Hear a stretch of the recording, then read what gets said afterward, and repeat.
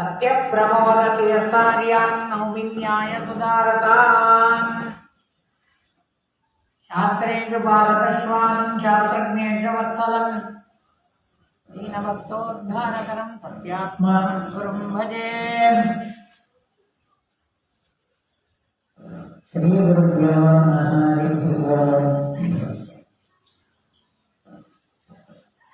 पूर्व वृत्तांतమందు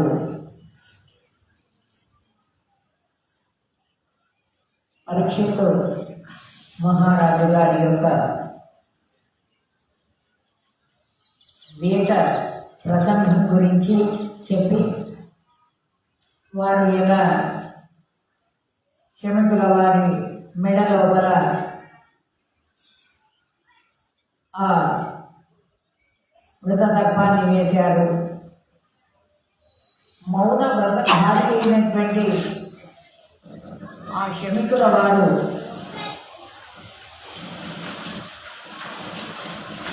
అలాగే చెప్తున్నారు. వారి కుమారుడైనటువంటి శృంగి ఆ మహారాజు గారికి శాపం ఇచ్చారు.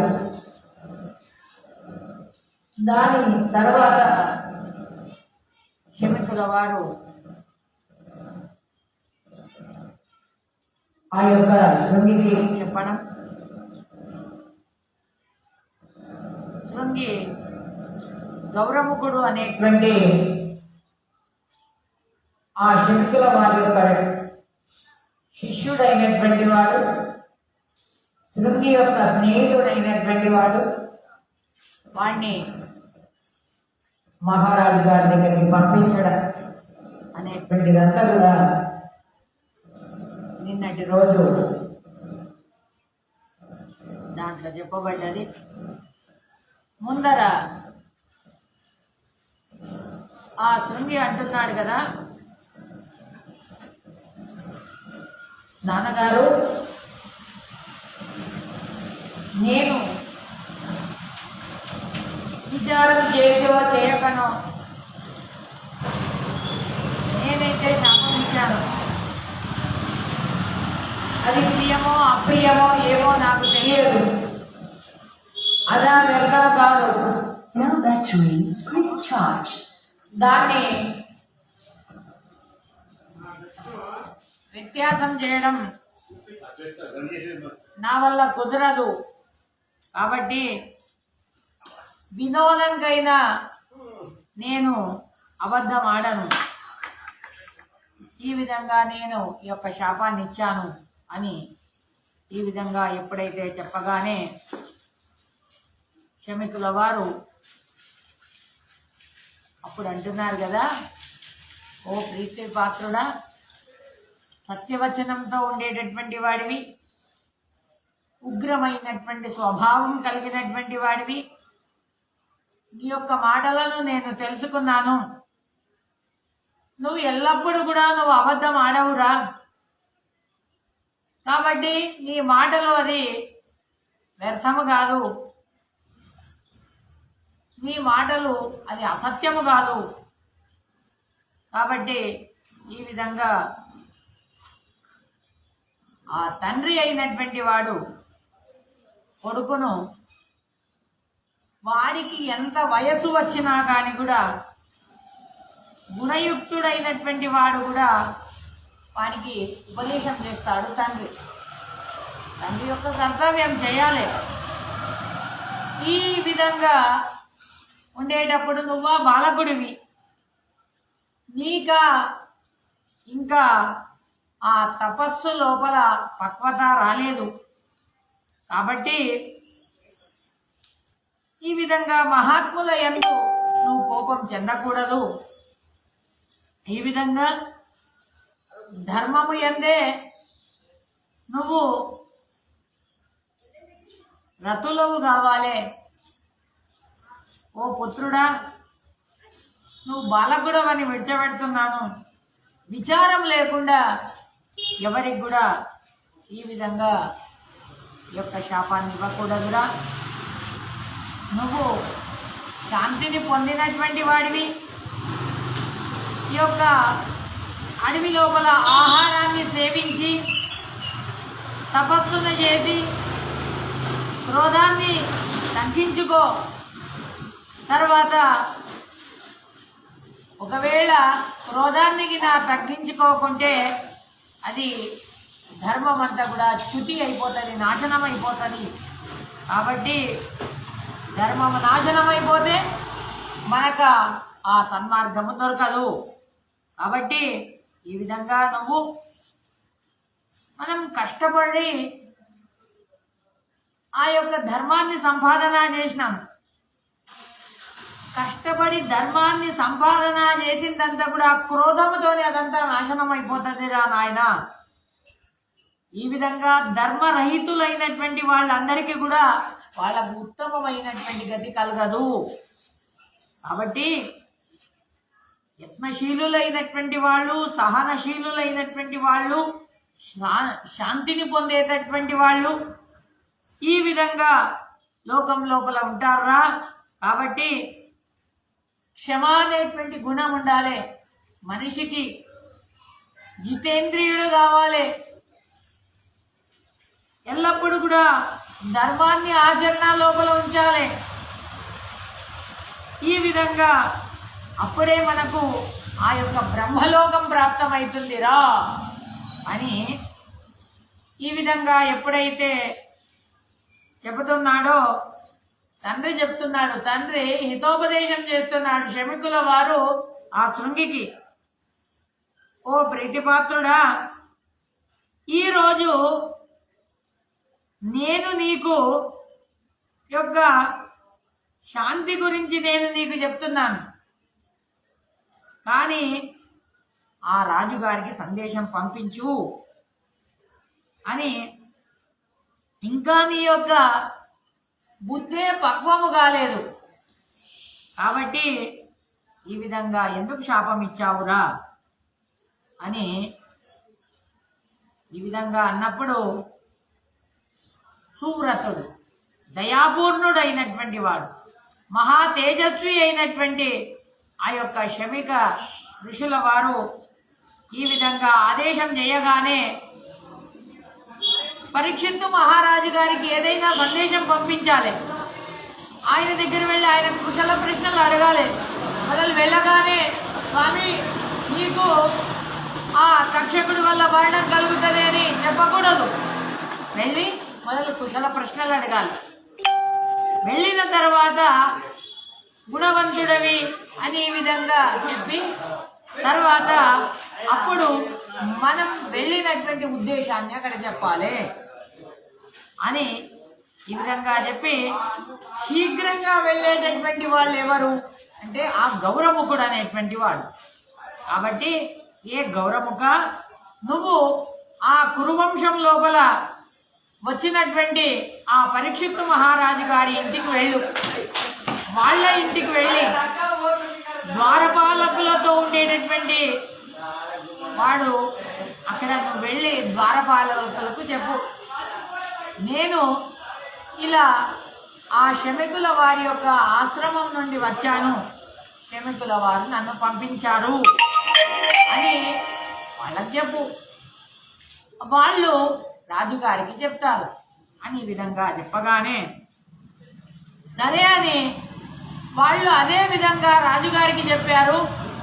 రాజుగారు అంతఃపురం లోపల ప్రవేశపెట్టండి అని అన్నారు.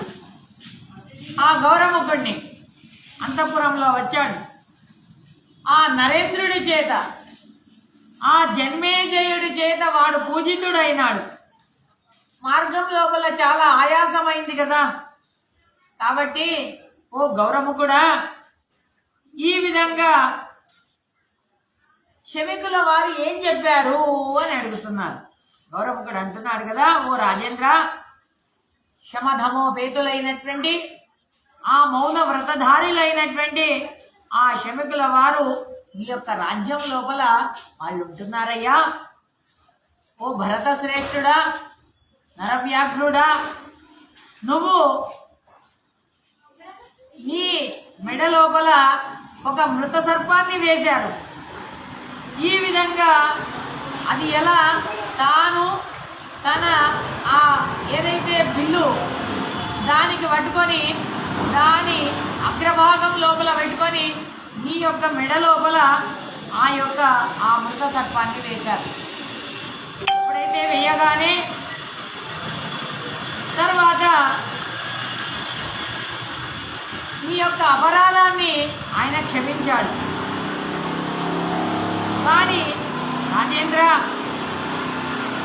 నువ్వు ఏం చేస్తావో చేసుకో, ఆయన మాత్రం క్షమించాడు. కానీ ఆయన కుమారుడు ఉన్నాడే, చిన్న పిల్లవాడు, ఆ పిల్లవాడు వాడికి తెలవగానే వాడు శాపమిచ్చాడు. 7 రోజుల లోపల నీకు తక్షకుడి వల్ల మరణం కలుగుతుంది అని ఈ విధంగా రక్షణకు కావలసినటువంటిది నువ్వు ఏమి ఉపాయం చేసుకుంటావో చేసుకో అని గురుల వారు పునః నాకు చెప్పి పంపించారు. ఎందుకొరకంటే మరణం ప్రాప్తమవుతుంది, 7 రోజుల లోపల మరణం ప్రాప్తం. అలాగే ఉంటే ఈ జీవనం వ్యర్థమైపోతుంది, కాబట్టి సాధన చేసుకుంటావేమో, అందుకొరకని మా గురుల వారు నీకు చెప్పి పంపారు విషయాన్ని అని. ఈ శాపాన్ని ఎవరి వల్ల కూడా, ఎటువంటి వాళ్ళ వల్ల కూడా దాన్ని నివారణ చేయడానికి శక్యం కాదు. ఈ విధంగా ఆ ఋషుల కుమారులైనటువంటి వాళ్ళు కోపోయుక్తులై వాళ్ళు నీకు ఈ యొక్క శాపాన్ని ఇచ్చారు. కాబట్టి ఓ రాజేంద్ర, నేను నీ హితం కోరి నేను నీకు చెప్తున్నాను అని ఈ విధంగా చెప్పగానే సరే ఆయనను పంపించండి అంటారు. సూతాచార్యుల వారు అంటారు కదా, ఆ బ్రాహ్మణుడి యొక్క మాటను విని కురునందనుడైనటువంటి ఆ యొక్క జన్మేజయుడు ఈ ఘోరమైనటువంటి వచనాన్ని విని, నేను ఈ మహాత్ములకు నేను ఘోరమైనటువంటి అపచారం చేసినాను కదా అని మనస్సు లోపల తాపాన్ని పొందుతాడు. ఈ విధంగా వాళ్ళు ఏం చేశారు పాపం, మౌనవ్రతంతో ఉన్నారు. మౌనవ్రతంతో ఉన్నప్పుడు కూడా నేను తెలిసి కూడా వాళ్ళ మెడ లోపల నేను పామును వేశాను కదా, ఇది ఎంత తప్పు నేను చేసింది అని అనుకుంటాడు. అప్పుడు సుతాచార్యుల వారు అంటున్నారు కదా, ఓ శౌనకుల్లారా వినండి,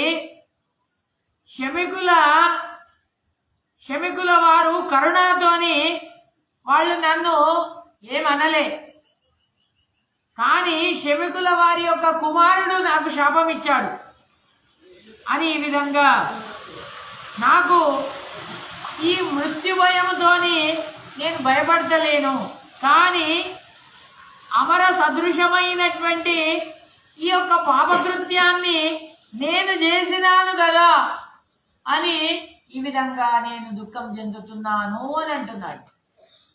ఇటువంటి దుఃఖం మౌన వ్రతం లోపల ఉండేటటువంటి ఒక ఋషి, ఆ ఋషి మెడ లోపల వాళ్ళు ఏమీ అనలే, నన్ను ఒక మాట అనలే, తిట్టలే, కొట్టలే, ఏమీ అనలే. అటువంటి వాళ్ళ మెడ లోపల నేను పామును వేస్తే కదా, ఎంత తప్పు పని చేస్తే అని మనసు లోపలనే తాను దుఃఖం చెందుతున్నాడు ఆ యొక్క జన్మేజయుడు. తర్వాత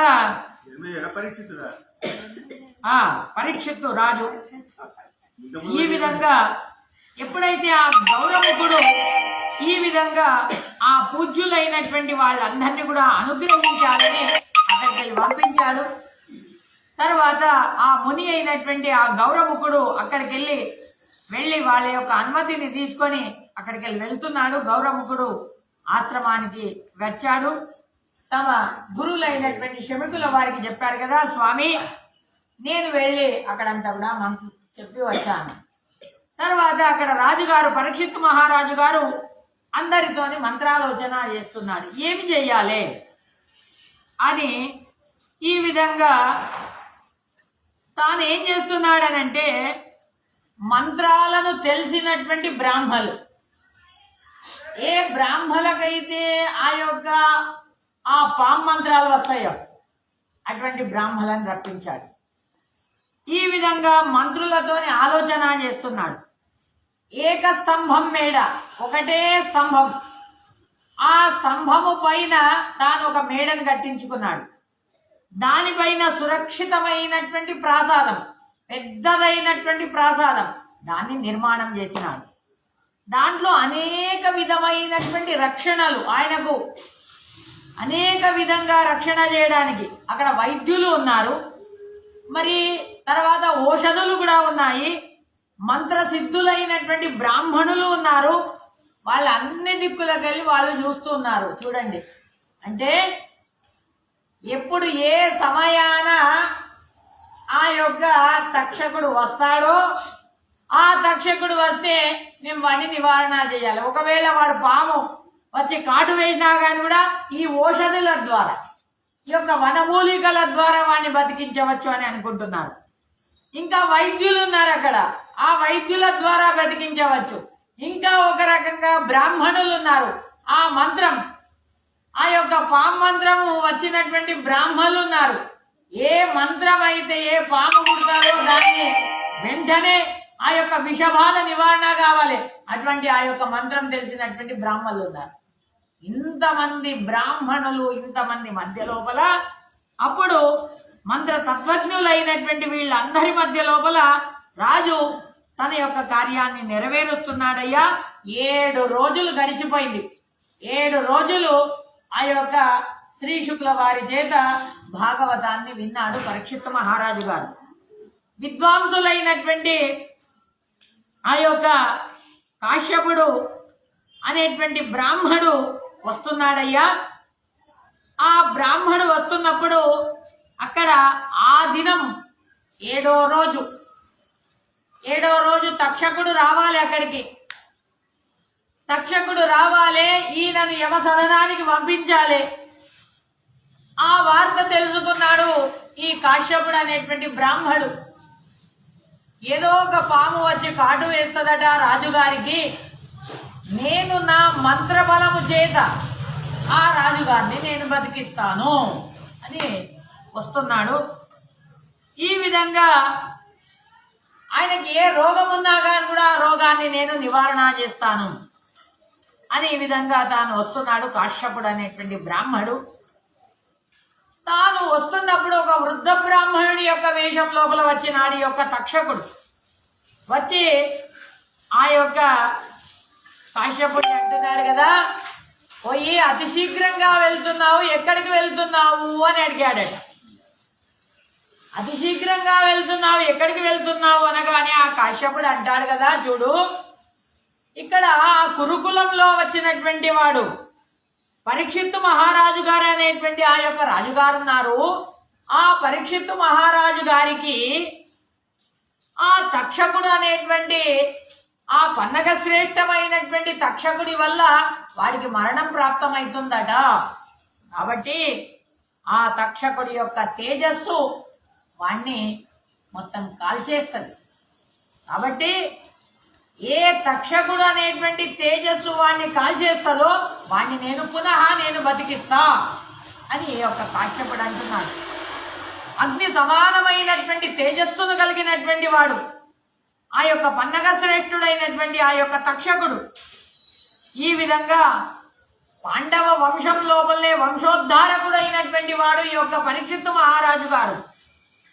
ఈ విధంగా నేను త్వరగా వెళ్తున్నాను, నేను అక్కడికి వెళ్ళాలి అనగానే ఈ వృద్ధ బ్రాహ్మణుడు అంటున్నాడు కదా, ఆ ఎవరో కాదు ఆ తక్షకుడు నేనే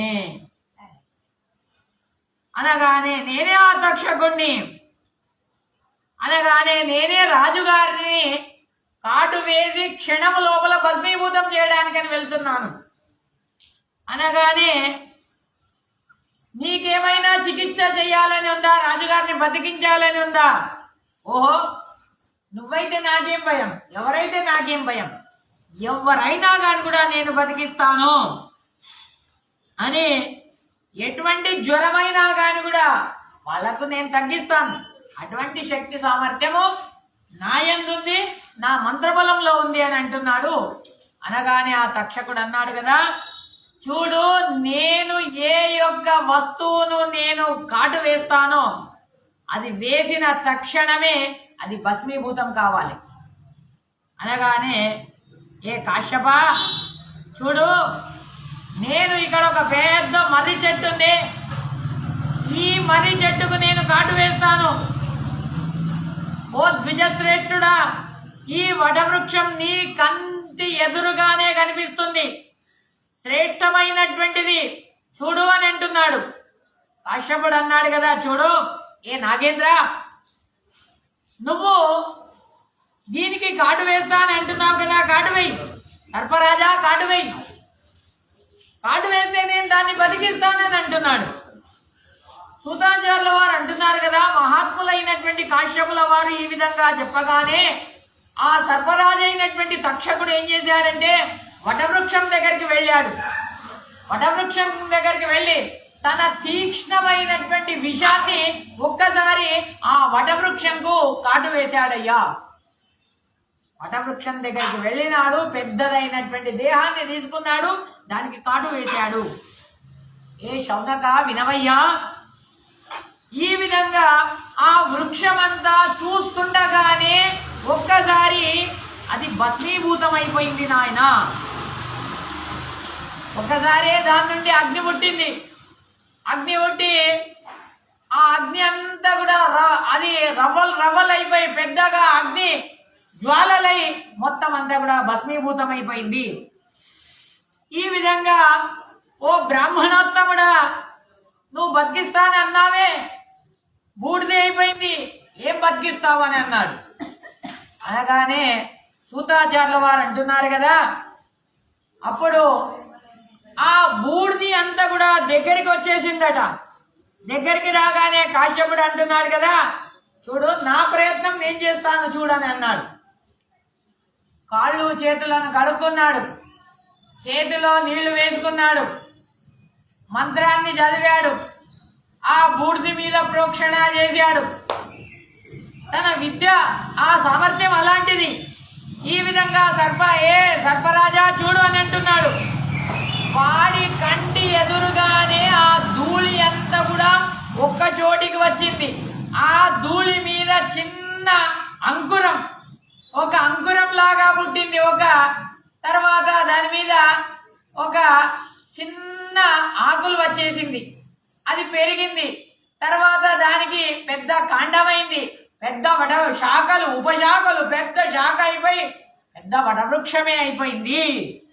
దాన్ని చూసినాడు, చూసి అంటున్నాడు కదా, అప్పుడు ఆ బ్రహ్మజ్ఞాని అయినటువంటి ఆ యొక్క కాశ్యపుడు తన యొక్క విద్యతోని దాన్ని పునః బతికించాడు.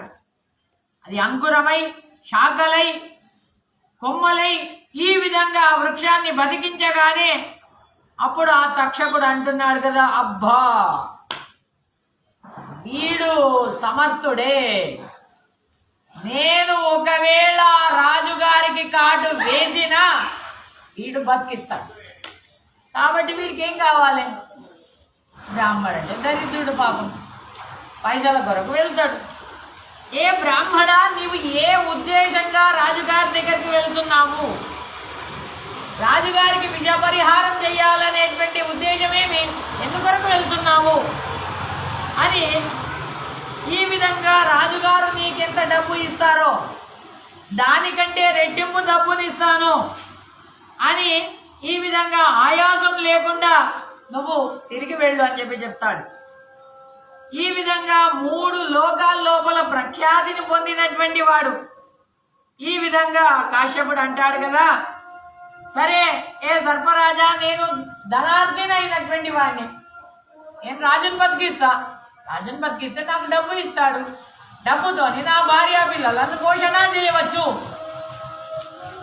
ఆయన ఏమిస్తాడయ్యా, రాజుగారి కంటే డబ్బు నేను ఎక్కువ ఇస్తాను, ఒక మణిని ఇస్తాను తీసుకపో అని అంటాడు తక్షకుడు. ఈ విధంగా మోసం చేసి వానికి ఈ విధంగా వాడిని పంపించేస్తాడు లంచం ఇచ్చి.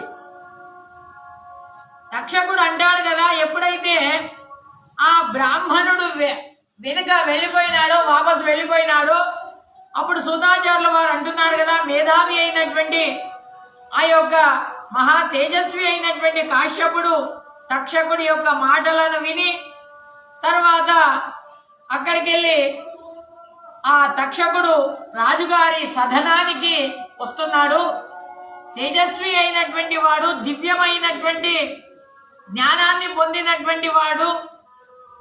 ఆ తర్వాత ఆ తక్షకుడు ఏ విధంగా వెళ్ళాలి అని విచారణ చేస్తున్నాడు. అక్కడికి మహాత్ములైనటువంటి ఆ యొక్క కశ్యపుల వారిని, ఆ కాశ్యపుణ్ణి నేను పంపించాను. తర్వాత నేను ఇప్పుడు హస్తినాపురానికి వెళ్ళాలి అని ఈ విధంగా హస్తినాపురానికి వెళ్తున్నాడు. వెళ్తుండగానే అక్కడ 2 దివ్యమైనటువంటి విషహర యంత్రాలు ఉన్నాయి. విషాన్ని హరించేటటువంటి యంత్రాలు అక్కడ ఉన్నాయి. ప్రయత్నపూర్వకంగా దాన్ని దాటాలి. ఈ విధంగా వాడికి ఎంత పరీక్ష చూడండి తక్షకుడికి. ఆ యంత్రాన్ని దాటి లోపలికి పోవాలి. దాని తర్వాత అక్కడ మాయా పంజరం ఒకటి ఉంది, దాన్ని దాటాలి. ఈ విధంగా తాను అక్కడ తాను విచారం చేసినాడు. విచారం చేసి ఆ సర్పాలకన్నిట్లకు కూడా ఆదేశం చేసినాడు తక్షకుడు. ఏ సర్పాలారా, మీరందరూ కూడా తాపస రూపాలను ధరించండి. ధరించి రాజుగారికి 7 రోజులు అయిపోయింది కదా, 7 రోజులు అయిపోయిన తర్వాత ఆయనకు ఫలాలు అందించాలి. కాబట్టి మీరు ఫలాలను, ఉదకాలను అందించాలి. కాబట్టి మీరు తాపస రూపం లోపల వెళ్ళండి. ఈ విధంగా నేను కూడా అదే ఆ ఫలం లోపల వచ్చి కూర్చుంటాను అని ఈ విధంగా ఆ యొక్క తక్షకుడు అన్నాడు. ఈ విధంగా ఆ సర్పాలన్నీ కూడా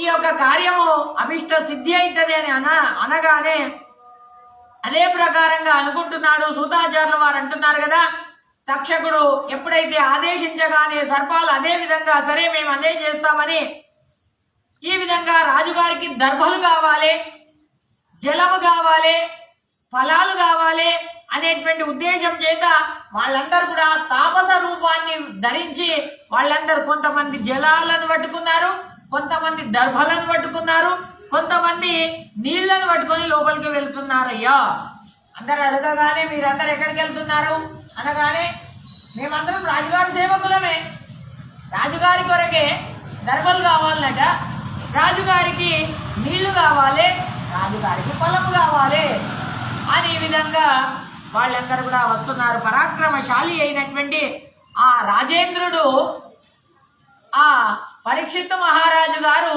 వాటిని అన్నిట్లను కూడా స్వీకరించాడట. అనంతరము వాళ్ళందరితో యోగక్షేమాలను తెలుసుకున్నాడు. మీరందరూ కూడా క్షేమమేనా, పాపం తెలియదు, మీరందరూ కూడా యోగక్షేమమేనా, సరే మీరు వచ్చిన పని అయిపోయింది కదా మీరు వెళ్ళండి అని వాళ్ళని పంపిస్తారు.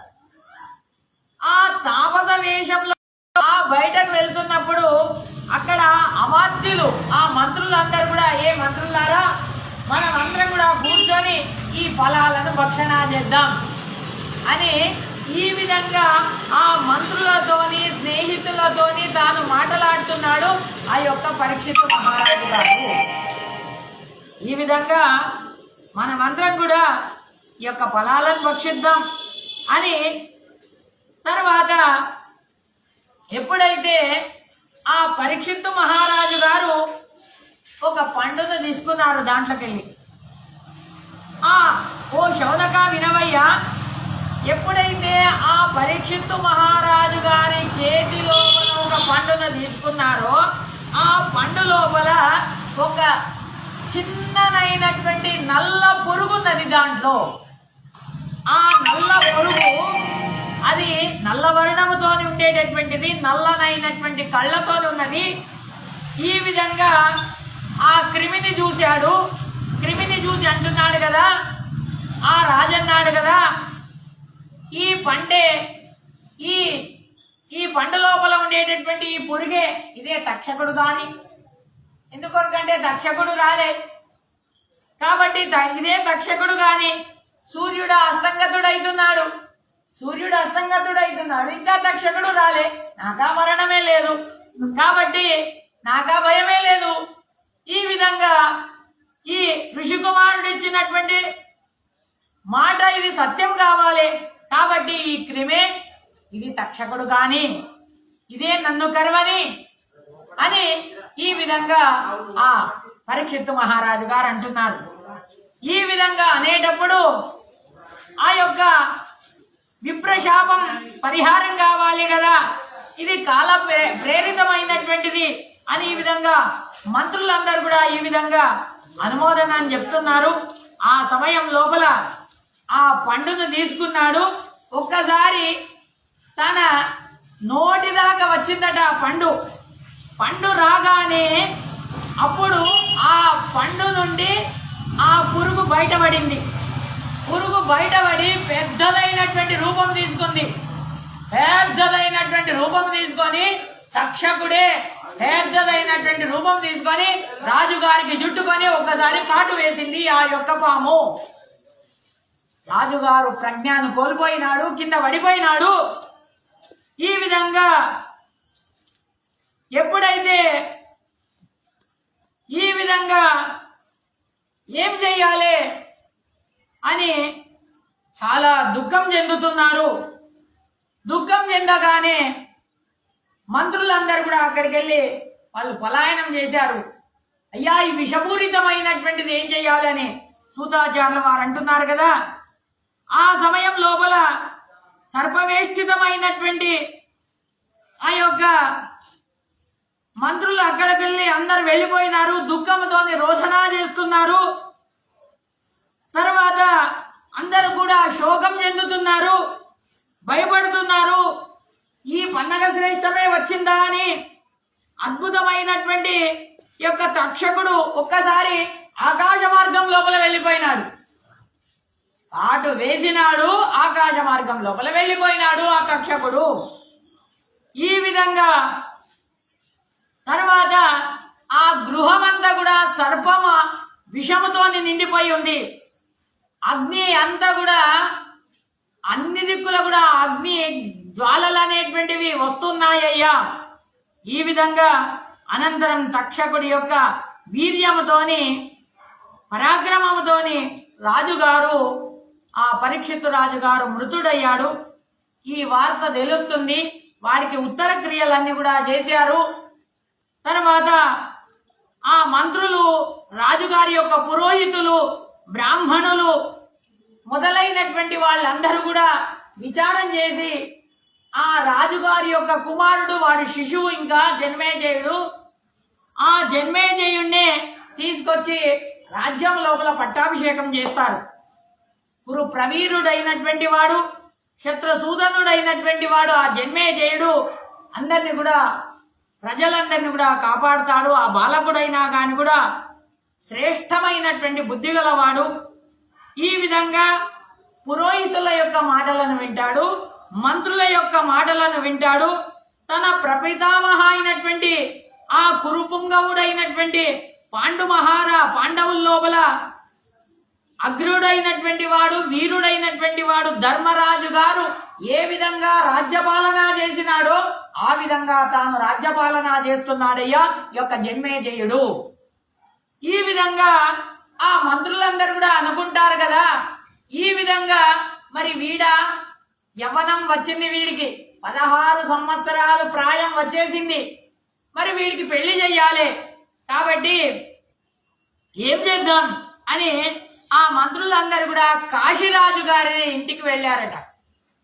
కాశీరాజు గారి ఇంటికి వెళ్ళి ఆ కాశీరాజు గారి యొక్క సువర్ణవర్మ అనేటువంటి ఆ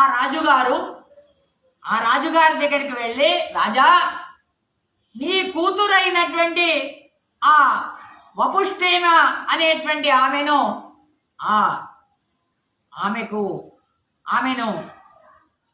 ఈ మహారాజుకు,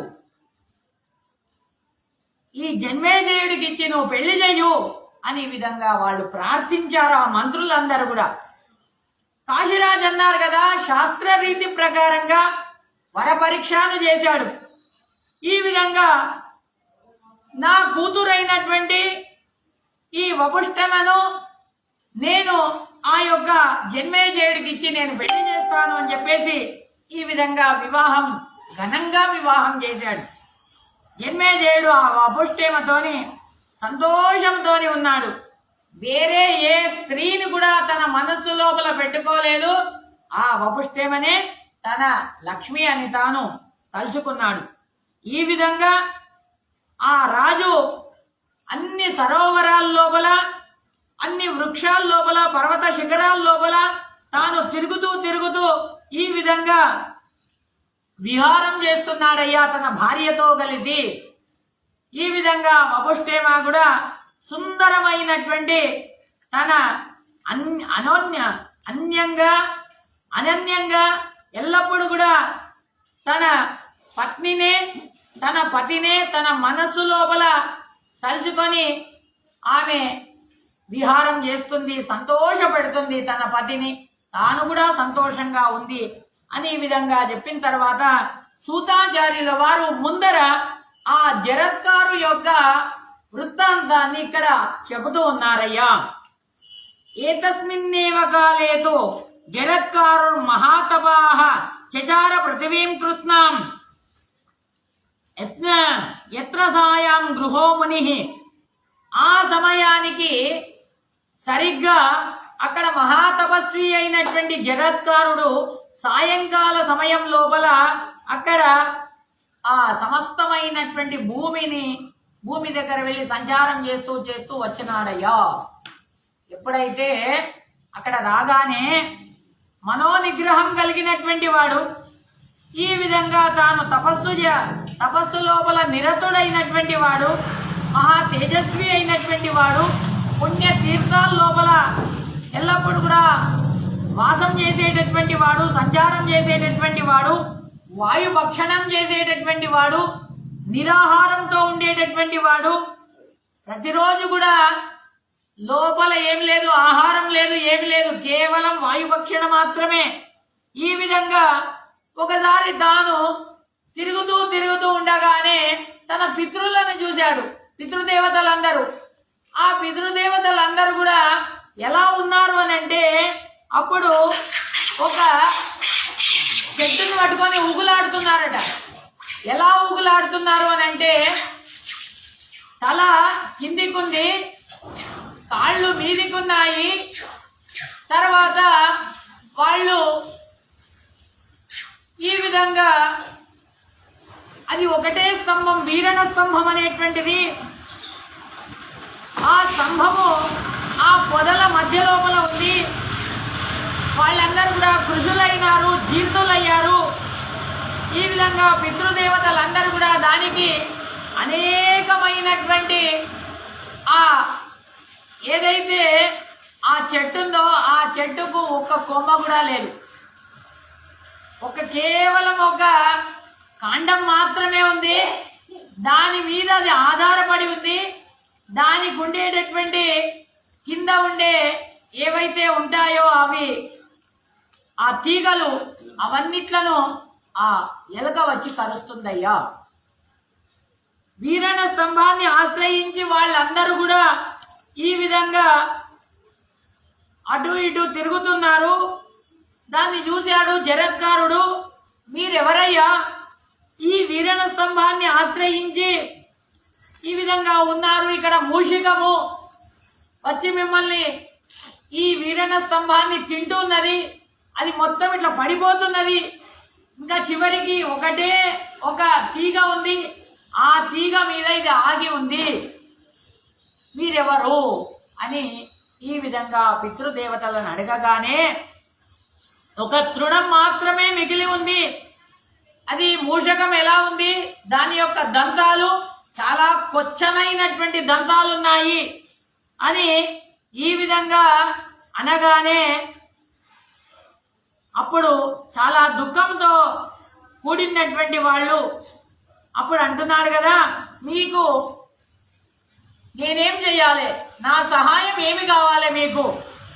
నా తపస్సు లోపల 4వ భాగం కావన్నా, లేకుంటే 3వ భాగం కావన్నా, లేకుంటే సగభాగం ఇవ్వన్నా, లేకుంటే మొత్తం నా తపస్సునంతా కూడా ధారపోయాన్నా మీ కొరకు?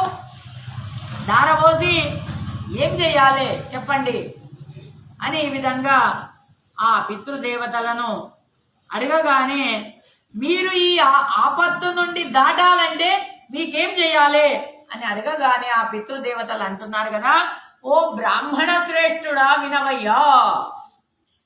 వృద్ధ బ్రహ్మచారి అయినటువంటి నీవు మమ్మల్ని ఏ విధంగా రక్షిస్తావయ్యా? కానీ నువ్వా వృద్ధుడవి, మాకు ఈ ఆపత్తు ఉంది, ఈ ఆపత్తును పరిహారం చేయడం నీ వల్ల సాధ్యమే కాదు. కానీ మాటలు ఆడడం లోపల శ్రేష్ఠుడైనటువంటి వాడివి, నీ తపస్సు అలాంటిది.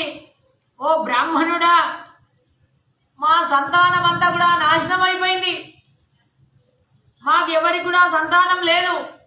ఈ అశుచి అయినటువంటి యొక్క నరకం లోపల పడుతున్నాము. కింద ఏమున్నది? పెద్ద కూపం, పెద్ద బావి, ఆ నరకం అనేటువంటి బావి. ఆ బావి లోపల పితృదేవతలందరూ కూడా పడతారు నాయన. ఈ విధంగా ఓ ప్రీతిపాత్రుడా, ఈ దీని లోపల ఈ కూపంలో మేము పడుతున్నాము. కాబట్టి నీకు జ్ఞానం అస్పష్టమైనటువంటిది. ప్రపంచం లోపల విఖ్యాతులైనటువంటి వాళ్ళు ఎవరనేటువంటిది నువ్వు గుర్తించవు. నువ్వు వృద్ధుడు అయినటువంటి మహాయోగివి నాయన. ఈ విధంగా వేదవేత్తల లోపల నువ్వు శ్రేష్ఠుడైనటువంటి వాడివి. దుఃఖగ్రస్తులైనటువంటి వాళ్లను మా పైన నీకెందుకు కరుణ కలిగింది? ఈ విధంగా మీరు ఎవరు అని అడుగుతున్నావు కదా, చెప్తాను విను అంటున్నారు. మేము శ్రేష్టమైనటువంటి వ్రతాన్ని ఆచరణ చేసేటటువంటి వాళ్ళము. యాయావ్రతం, ఆ యాయావ్రతం అనేటువంటి ఆచరణ చేసినటువంటి వాళ్ళం మేము ఆ ఋషులం. ఈ విధంగా మా సంతానం అనేటువంటిది నాశనం అయిపోతుంది. ఈ విధంగా మా సంతానం ఎప్పుడైతే నాశనం అయిపోగానే మేము పుణ్యలోకాల నుండి మేము ఇక్కడ ఈ పాతాళ లోకం లోపల ఇప్పుడు నరకం లోపల పడుతున్నాం నాయన. ఈ విధంగా మా తపస్సు అంతా కూడా అది రాతమైపోయింది, మా పుణ్యం అంతా కూడా పోయింది. ఈ విధంగా మా కులం లోపల సంతానమే లేదు, మాకెవడు కూడా మమ్మల్ని ఉద్ధారం చేసేటటువంటి వాడే లేడు, మా కుల తంతువులే లేవు. ఈ విధంగా మా కుల తంతువుల లోపల ఒక్కడు మిగిలిండు. వాడేవాడంటే ఈ విధంగా మందభాగ్యుడైనటువంటి వాడు, తర్వాత అల్పభాగ్యుడైనటువంటి వాడు, మా అందరికి కూడా బంధువు అయినటువంటి వాడు, మా అందరికి కూడా కులానికి వాడు ఒక్కడే మిగిలి ఉన్నాడు. వాడే వేదాంగ పారంగతుడైనటువంటి వాడు. వాడి పేరే జరత్కారు అని అంటున్నాడు. ఆ జరత్కారు అనేటువంటి వాడు ప్రఖ్యాతుడైనటువంటి వాడు. వాడు మనోనిగ్రహం కలిగినటువంటి వాడు, వ్రతధారి అయినటువంటి వాడు, మహా తపస్వి అయినటువంటి వాడు, మహానుభావుడైనటువంటి వాడు నాయన వాడు. కాబట్టి వాడి యొక్క తపస్సు యొక్క లోభము చేత ఈ యొక్క కష్టానికి మేము గురి అయినాము. వాడు పత్ని కొరకు ప్రయత్నం చేయలే, పుత్రుడి కొరకు ప్రయత్నం చేయలే. ఈ విధంగా మేము ఈ యొక్క బావి లోపల పడిపోతాం, నరకం అనేటువంటి బావి లోపల పడిపోతాం. కాబట్టి ఈ విధంగా మేము అనాథులమైపోతున్నాము. ఈ విధంగా నీకెక్కడైనా కానీ కూడా ఆ యొక్క జరత్కారుడు కనిపిస్తే వాడికి వెళ్ళి చెప్పు, మీ తండ్రులందరూ కూడా ఆ స్వర్గలోకం నుండి పుణ్యలోకం నుండి వాళ్ళు ఆ యొక్క నరకం లోపల పడుతున్నారు. ఆ వీరణ స్తంభానికి వాళ్ళందరూ కూడా ఊగులాడుతున్నారు. కాబట్టి వాటిని వివాహం చేసుకోమను, పిల్లలను కనుమను అనే విధంగా చెప్తారు. చెప్పగానే మా కుల తంతువుకు మిగిలినటువంటి వాడు ఒకటే దారం, వాడు ఒక్కడే మిగిలిండు. కాబట్టి తపోధనుడైనటువంటి వాడు ఒక్కడే. ఓ బ్రాహ్మడా, ఈ విధంగా ఏదైతే నువ్వు చూస్తున్నావు కదా ఆ వీరణ స్తంభం, ఆ స్తంభమే అది మా కులం. తర్వాత ఆ కులం ఈ విధంగా అది అనేక తృణాలతోని, అనేక గడ్డితోని, అనేక ఆకులతోని అది నిండి ఉండేటటువంటిది, ఫలపుష్పాలతో భరితమైనటువంటిది. ఓ బ్రాహ్మణుడా వినవయ్యా, ఏ మూల భాగాలనైతే నువ్వు చూసినావో అది కాలమే అది భక్షితం చేసేసింది, వాటన్నిట్లను కూడా తినేసింది, ఆ తంతువులను అన్నిట్లను కూడా.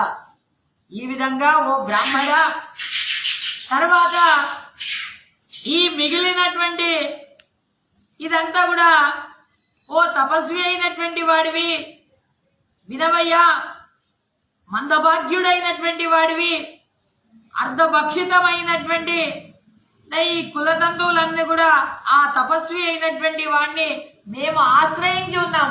వాడు ఎప్పుడు వస్తాడో, మమ్మల్ని ఎప్పుడు ఉద్ధారం చేస్తాడో, వాడు ఎప్పుడు వస్తాడో, మేము వాడిని ఎప్పుడు మమ్మల్ని ఎప్పుడు ఉద్ధారం చేస్తాడో అని మేము దీన్ని ఆశ్రయించి ఉన్నాము నాయన, ఒకళ్ళనొకళ్ళు పట్టుకొని ఉన్నాము.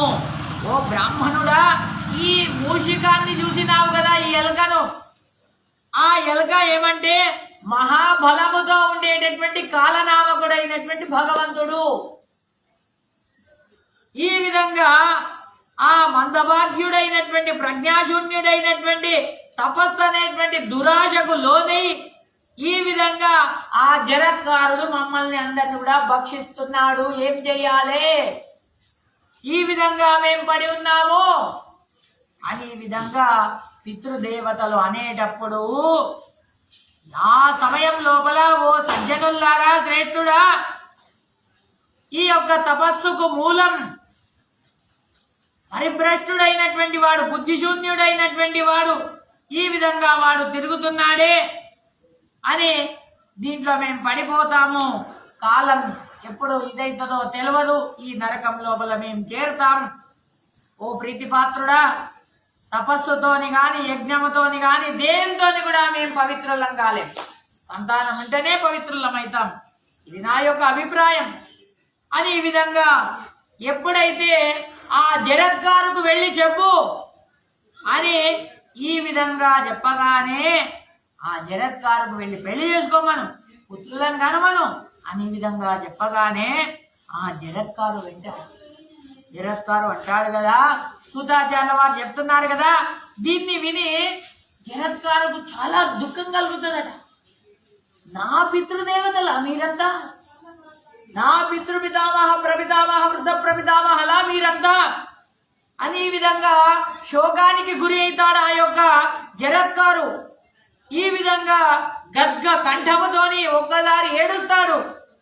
ఈ విధంగా తన పూర్వ పితామహ ప్రపితామహాలు అందరికి కూడా ఈ గతి ఎందుకు పట్టింది కాబట్టి తాను ఏమని అనుకుంటాడో ఆ జన్మ బ్రహ్మచారినైతా అని సంకల్పం చేస్తాడు. నేను బతికుండగా నేను పెళ్ళే చేసుకోనని సంకల్పం చేస్తాడు. కానీ ఇక్కడ చూసి నేను ఎట్లయినా కానీ కూడా నా తండ్రులను వాళ్ళను ఉద్ధారం చెయ్యాలి కాబట్టి నేను పెళ్లి చేసుకుంటానని అనుకుంటున్నాడు. ఈ విధంగా ఆ పితృదేవతలు అంటున్నారు కదా, ఓ పుత్ర, నువ్వే జరత్కారుడువా, సుదైవముతోని ఈరోజు నువ్వు మాకు కనిపించావురా, కాబట్టి ఓ బ్రాహ్మణుడా, నువ్వెందుకు పెళ్లి చేసుకోలేరా ఇన్ని రోజుల దాకా అని అడుగుతున్నారు. ఈ విధంగా మరి పత్నికి నా పరిత్యాగం చేసినావా అని అడగగానే ధర్మార్థ కామమోక్షాలతో సుఖాలతో ఉండేటటువంటి వాడు అని ఈ విధంగా, స్వామి నేను భిక్షాయాచన చేసేటటువంటి వాడిని, నేను అనగానే భిక్షాయాచన చేయి, కన్యాం దేయి కన్యాం దేయి కన్యాం దేయి అని అడుగు అని ఈ విధంగా అంటారు. సత్పుత్రులను కలు అని ఈ విధంగా అనగానే అయితే మాకు ఉత్తమమైనటువంటి లోకం వస్తుందిరా అనగానే జరత్కారుడు అంటున్నాడు కదా, పితృదేవతల్లారా, నేను ఊర్ధ్వరేతస్కుడనైనటువంటి వాడిని, నేను భగవంతుడినే పొందాలి అని అనుకున్నాను. నాకు ఈ సంసారం వద్దు, పిల్లలు వద్దు, ఏం వద్దు అని భగవంతుడినే తలుచుకోవాలని అన్నాను. ఈ శరీరం ఏదైతే ఉన్నదో తపస్సుతోనే దీన్ని దమనం చేయాలి, నాశనం చేయాలి అని అనుకున్నాను. తపస్సు చేసి చేసి చేసి దీన్ని త్యాగం చేయాలని అనుకున్నాను, సంకల్పం చేసినాను. కానీ ఓ పితామహల్లారా, నేను కపోత పక్షుల్లాగా మీరు ఈ చెట్టు ఈ వీరణ స్తంభానికి మీరు ఉగులాడుతున్నారు కదా, మిమ్మల్ని చూసి నేను బ్రహ్మచర్యంతో ఉండాలనుకునేటటువంటి వాడిని, నా బుద్ధిని నేను బదలాయించిన. బదలాయించి ఇప్పుడు ఏం చేస్తున్నా, ఇప్పుడు నేను ఈ విధంగా, కానీ నాదొక వ్రతం ఏమనంటే నా పేరుతో ఉండేటటువంటి ఒక్క కన్యని నేను పెళ్ళాడతాను. అది నా వ్రతం. నా పేరు జరత్కారు కదా, జరత్కారు అనేటువంటి ఉండేటటువంటి పిల్లనే నేను పెళ్ళాడతాను అని ఈ విధంగా అనగానే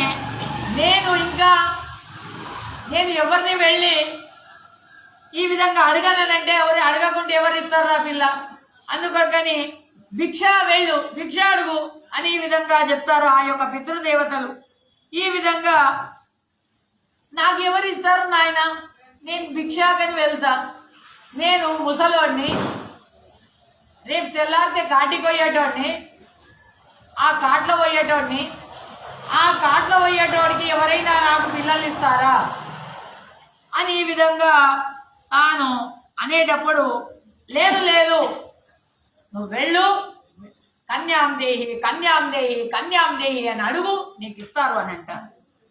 ఈ విధంగా వెళ్తాడు, అడవిలో వెళ్తాడు, కన్యాం దేహి ఎవరు పట్టించుకోరు, మళ్ళా దుఃఖంతో వస్తాడు. తర్వాత ఏం చెయ్యాలని అంటాడు, అప్పుడు గట్టిగా అరుస్తాడు. పితృదేవతలందరినీ కూడా ఉద్దేశించుకొని భూమి లోపల సంచారం చేస్తాడు. తర్వాత ఆ యొక్క కన్యను పొందాలని అనుకుంటాడు. ఈ విధంగా దూరంగా వెళ్తాడు, తనకు గట్టిగా ఒర్రుతాడు. అరణ్యం లోపల అక్కడ స్థావర జంగమ మొదలైనటువంటి భూతాలన్నీ కూడా అక్కడ అంతర్ధానమై ఉంటాయి. అవన్నీ కూడా వింటున్నాయి. మీరందరూ కూడా నా మాటను వినండి. నేను ఉగ్ర తపస్సు లోపల నిరతుడైనటువంటి వాణ్ణి, నేను దుఃఖంతో ఉండేటటువంటి వాణ్ణి. నా పితృలందరినీ కూడా ఉద్ధారం చేయాలనేటువంటి ఉద్దేశం చేత నేను ఇప్పుడు వివాహం చేసుకోవాలి. నా పితృదేవతలందరూ కూడా నన్ను బలవంత పెడుతున్నారు కాబట్టి నేను వాళ్ళ కోరిక మేరకు వాళ్ళ కోరిక తీర్చాలి కాబట్టి నేను ఇప్పుడు పెళ్లి చేసుకోవాలని అనుకుంటున్నాను. కాబట్టి మీరు నేను దరిద్రుడను దుఃఖశీలుడను అయినటువంటి వాణ్ణి కాబట్టి నేను కన్యార్థినై వచ్చాను, నేను కన్యాను భిక్షా యాచన కొరకు వచ్చాను అని ఈ విధంగా తాను అంటున్నాడు. ఈ విధంగా అనేటప్పుడు ఆ యొక్క కానీ నాదొక ఇంకొకటి ఏమంటే ఆ కన్యను నేను పోషించను. కన్య మీరు భిక్షమివ్వండి కానీ ఆ కన్యను నేను పోషించను, దానికి ఏమి కూడా నేను ఇవ్వను.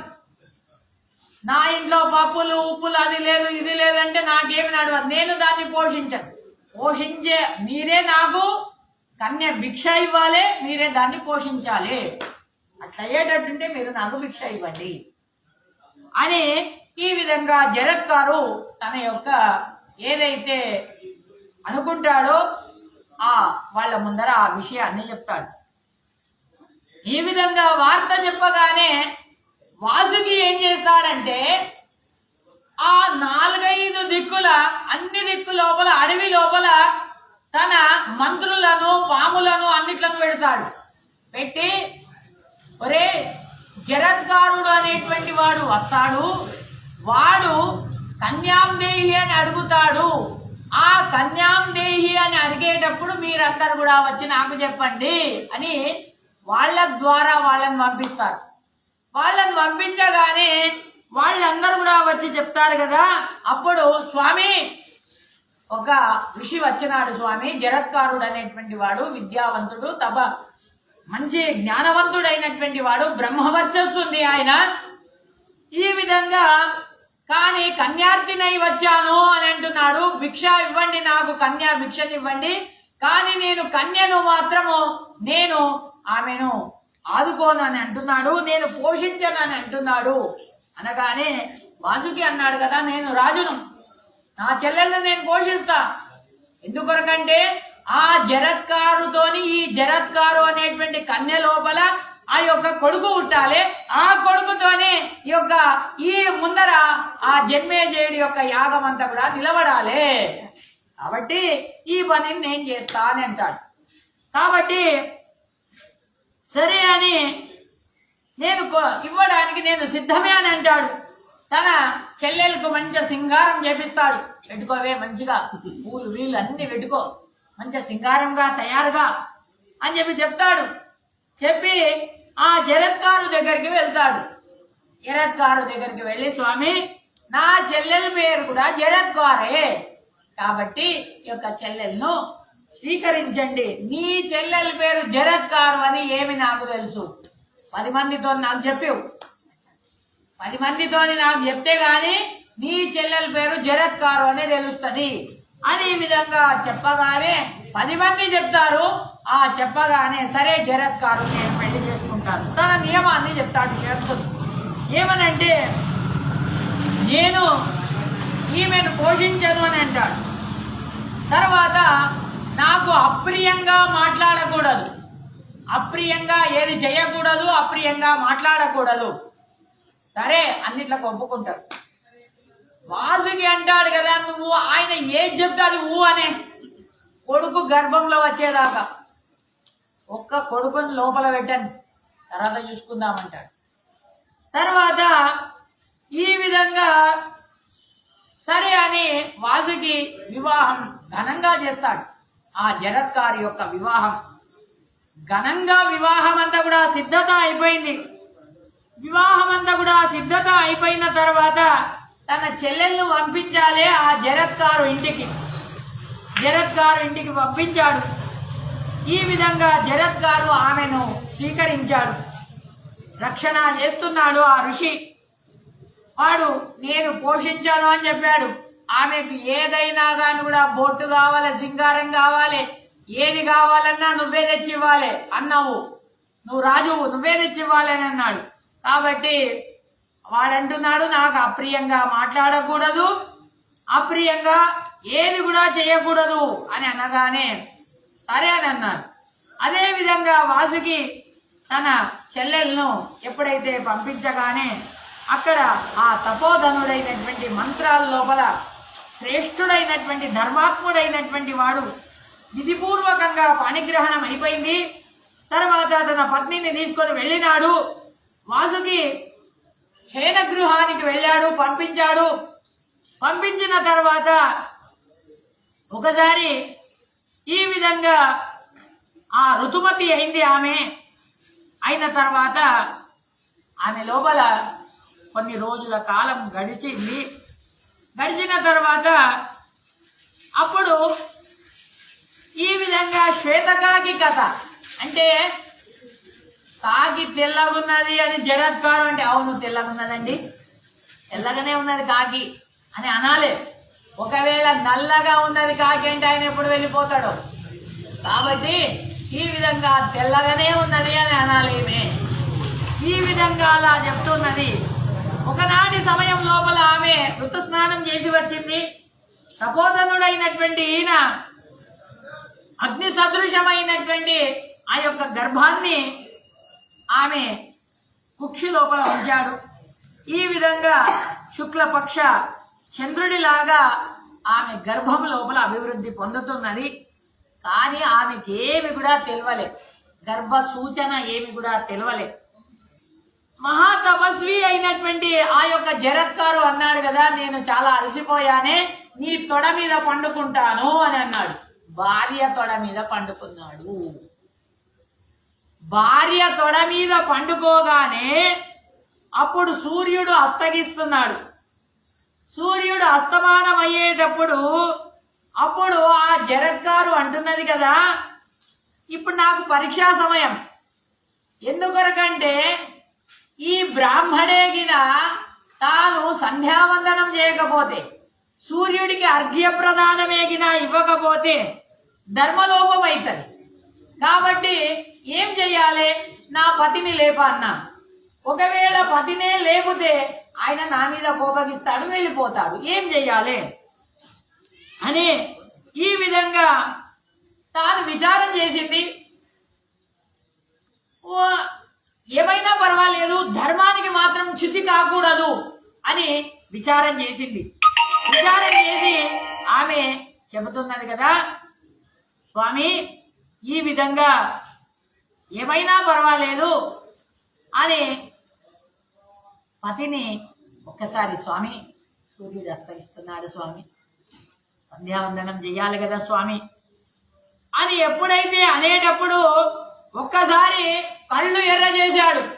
నేను పడుకున్నప్పుడు సూర్యుడు ఎలా అస్తమానమవుతాడు సూర్యుడికి తెలియదా నేను పడుకున్నది అని? నేను పడుకున్నప్పుడు సూర్యుడు ఎలా అస్తగిస్తాడు? వాడు సూర్యుడు అస్తమానం ఎలా అవుతాడు? కాబట్టి నువ్వు నన్ను అప్రియంగా చూసినావు, అప్రియంగా మాట్లాడినావు కాబట్టి నేను నీ ఇంట్లో ఉండా, నేను వెళ్ళిపోతానన్నా.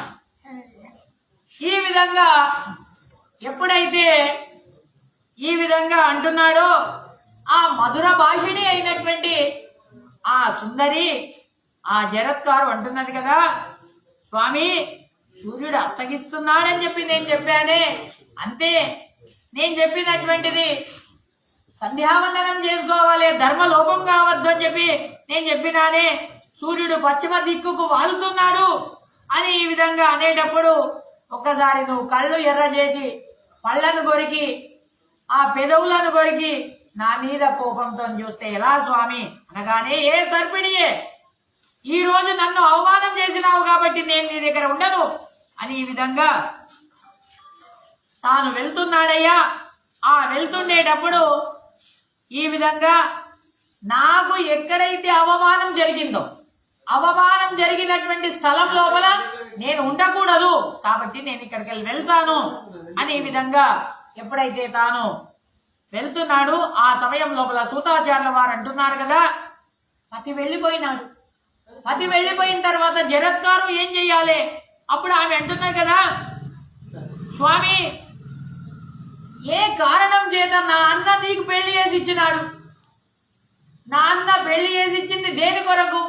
ఒక సంతతిని, ఒక గర్భం రావాలి, ఒక పుత్రుడు కనాలి అని ఈ విధంగా స్వామి అని ఈ విధంగా అనేసరికి అప్పుడు అంటున్నాడు కదా, మహాతపస్వి అయినటువంటి ఆ జరత్కారుడు అన్నాడు కదా, చూడు ఓ సర్పిణి, నేను నా మాటలు ఇది ఎల్లప్పుడూ కూడా ఇది వ్యర్థము కాదు కాబట్టి నేను ఇక్కడికి వెళ్ళి వెళ్తున్నాను. నా ఒప్పందం చెప్పినాను కదా, ఆ ఒప్పందం ప్రకారం నేను ఈ విధంగా వెళ్తున్నాను. ఓ మంగళ స్వరూపురాలైనటువంటి దానివి, ఈ విధంగా నువ్వు సుఖంగా ఉండు. నేను లేదు అనేటువంటి బాధను మాత్రము నువ్వు ఎప్పుడు కూడా వ్యక్తం చెయ్యకు. నువ్వు నీ అన్న ఇంట్లో ఉండు, అన్న ఇంట్లో సుఖంగా ఉండు, వాళ్ళందరితోని నువ్వు పూజింపబడు, నువ్వు దుఃఖం చెందకు అని ఈ విధంగా అనగానే అప్పుడు ఆమె కళ్ళలో నుంచి నీళ్లు గారుతున్నాయి. ఈ విధంగా స్వామి స్వామి స్వామి అని ఈ విధంగా చేతులు జోడించి అడుగుతున్నది, స్వామి ఈ విధంగా నన్ను పరిత్యాగం చెయ్యకు అని ఈ విధంగా నేను నీ కొరకే ఉన్నాను స్వామి అని ఈ విధంగా ఎప్పుడైతే అనేసరికి అప్పుడు నేను నీకు వివాహం లోపలనే చెప్పినాను, నా యొక్క ప్రతిజ్ఞను చెప్పినాను అని. అయ్యో నా యొక్క అన్న చేసినటువంటిది ఎంత పని, ఇది ఏం కథ, అన్న ఇందుకొరకేనే నీకు ఇచ్చిండా ఏమి అని చాలా దుఃఖం లోపల ఈ దుఃఖ సాగరం లోపల మునుగుతున్నది. నాకు ఒక పుత్రుడు ఉట్టకమాయ కదా అని ఈ విధంగా అనుతుండేటప్పుడు అప్పుడు అంటున్నాడు కదా, ఒక్క పుత్రుడైనా కానీ కూడా ఇవ్వలే కదా స్వామి అనగానే అప్పుడు ఆ యొక్క ఆ జరత్కారుడు అంటున్నాడు కదా, నా యొక్క గర్భాన్ని, నా యొక్క వీర్యాన్ని నీ గర్భం లోపల పెట్టాను. ఈ విధంగా వాడు ఉన్నాడు, అస్థి అస్థి అస్థి ఉన్నాడు అని చెప్పాడు. ఈ విధంగా అప్పుడు ఆ తపోధనుడైనటువంటి ఆ యొక్క జరత్కారుడు అక్కడికి వెళ్ళి వెళ్తున్నాడయ్యా. ఎప్పుడైతే నీ గర్భం లోపల అగ్ని సదృశుడైనటువంటి వేదాంగ పారంగతుడైనటువంటి వాడు, పరమ ధార్మికుడైనటువంటి ఒక్క ఋషి అనేటువంటి వాడు నీ గర్భం లోపల పెరుగుతున్నాడమ్మా అని ఈ విధంగా ఎప్పుడైతే ఆ యొక్క జరత్కారు చెప్పగానే తర్వాత తాను అక్కడికి వెళ్ళి తాను వెళ్ళినాడు. ఈ విధంగా వెళ్ళగానే తర్వాత ఈ విధంగా వాళ్ళు ఆ సూతాచార్యుల వారు అంటున్నారు కదా, తపోధనులైనటువంటి వాళ్ళు జరత్కారు ఎప్పుడైతే వెళ్ళగానే తన అన్న ఇంటికి వెళ్ళింది. అన్న ఇంటికి వెళ్ళి ఆ జరత్కారు చెప్తున్నది కదా, ఏం చెప్పాలి అన్న, నాకు చాలా దుఃఖం కలిగింది అని ఈ వార్త చెప్పగానే అన్న కూడా చాలా దీనంగా ఏడుస్తున్నాడు. అయ్యో ఏం చెయ్యాలి, ఎంత పని జరిగిందే చెల్లి, మనం అనుకున్న పని నెరవేరిందా లేదా, సౌభాగ్యశాలి అనే విధంగా ఆ బ్రహ్మదేవుడు నాతోని మాట్లాడినాడే. ఆ నాతోని ఏమని మాట్లాడినాడనంటే, ఈ జరత్కారు అనేటువంటి వాడు, ఆ జరత్కారు అనేటువంటి కన్య లోపల ఒక పుత్రుడు పుడతాడు, ఆ పుత్రుడే ఈ యజ్ఞాన్ని ఆపుతాడు అని చెప్పారు. ఓ సౌభాగ్యశాలిని అయినటువంటి దానివి, నీకు గర్భం కలిగిందా లేదా నేను అడగకూడదు, నేను అన్నను నీకు అడగకూడదు, అయినా కానీ కూడా నేను నీకు అడుగుతున్నాను.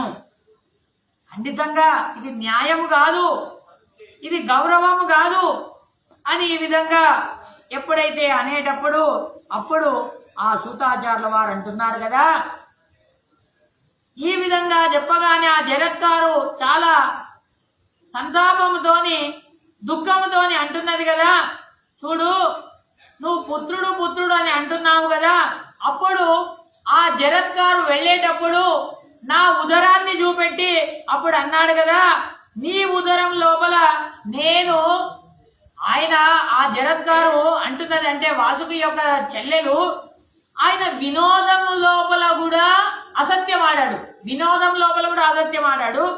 ఈ విధంగా ఆయన వెళ్ళేటప్పుడు ఒక హితవాక్యాన్ని చెప్పాడు. ఏమనంటే, ఏ సర్పిణి, నీ గర్భము లోపల ఒక శిశువు పెరుగుతున్నాడు, అగ్ని సదృశమైనటువంటి కాంతియుక్తమైనటువంటి పుత్రుడున్నాడు, అస్థి ఉన్నాడు అని చెప్పాడు. ఈ విధంగా నువ్వు దుఃఖాన్ని త్యజించు అని చెప్పాడు అనే విధంగా చెప్పగానే ఆ మాటలను విని పన్నగ శ్రేష్ఠుడైనటువంటి ఆ యొక్క వాసుకి బహు సంతోషం కలుగుతుందట. ఆహా, ఇంకా ఏమి, మనకు అనుకున్న పని నెరవేరింది, పుత్రుడా ఈమె గర్భం లోపల పెరుగుతున్నాడు అనేటువంటిది చాలా సంతోషం కలిగింది ఆ యొక్క వాసుకి. తర్వాత ఆమెను సమాధాన పరిచినాడు. తర్వాత ఈ విధంగా ఆ చెల్లెలను సత్కారం చేసినాడు. ఓ ద్విజశ్రేష్ఠుడా వినవయ్యా, అనంతరము వైశ్వానరుడికి సమానమైనటువంటి కాంతియుక్తమైనటువంటి ఆ యొక్క గర్భం పెరుగుతుంది. శుక్లపక్షం లోపల చంద్రుడు ఏ విధంగానైతే రోజు రోజు ఒక్కొక్క కళలతోని తాను పెరుగుతూ ఉంటాడో అదే విధంగా ఆ దినదినం అభివృద్ధి అవుతుంది ఆ యొక్క గర్భము. ఈ విధంగా వాసుకి చెల్లెలైనటువంటి జరత్కారు యోగ్యమైనటువంటి కాలం లోపల ఆ దేవకుమారుడిలాగా అందరినీ కూడా భయాన్ని పోగొట్టేటటువంటి ఒక కుమారుణ్ణి గన్నదయ్యా. ఈ విధంగా ఆ కుమారుడు వాసుకి యొక్క గృహం లోపల పెరుగుతున్నాడు. ఆ వాసుకి ఏం చేశాడంటే, భార్గవ చవన వంశం లోపల వచ్చినటువంటి బ్రాహ్మణుల ద్వారా సాంగోపాంగంగా వేదాధ్యయనం చేయించాడు ఆ పిల్లవానికి. ఆ తర్వాత వానికి నామకరణం చేయాలి కదా, కాబట్టి బాల్యం లోపలనే అనేకమైనటువంటి వ్రతాలను ఆచరణ చేసినటువంటి వాడు. కాబట్టి వాడి తండ్రి వెళ్ళేటప్పుడు ఏమన్నాడు, గర్భాన్ని చూపెట్టి అస్థి అస్థి అని అన్నాడు. కాబట్టి వాడి పేరు ఆస్తిక అనేటువంటి పేరుతోని వాడు ప్రఖ్యాతుడయ్యాడయ్యా అనేటటువంటి దాన్ని ఇక్కడ ఆ గర్భాన్ని చూసి చెప్పాడు. ఈ గర్భం లోపల పెరుగుతున్నాడు ఆ యొక్క శిశువు అని చెప్పాడు. ఈ విధంగా అమిత పరాక్రమవంతుడైనటువంటి వాడు, మేధావి అయినటువంటి వాడు. ఈ విధంగా వాసుకి చాలా సంతోషం కలుగుతున్నది. ఈ విధంగా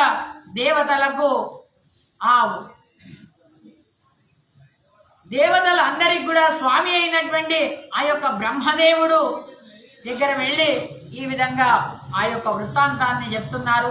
తర్వాత సర్పాలకు అందరికి కూడా చాలా సంతోషం కలిగిందట. ఎందుకొరకంటే మనందరినీ కూడా ఆ యజ్ఞం నుండి నివారణ చేయించేటటువంటి వాడు, యజ్ఞం జరగకుండా చూసేటటువంటి వాడు మనకు పుట్టినాడు కదా అని వాళ్ళందరికీ కూడా సంతోషం అవుతుందని చెప్పారు.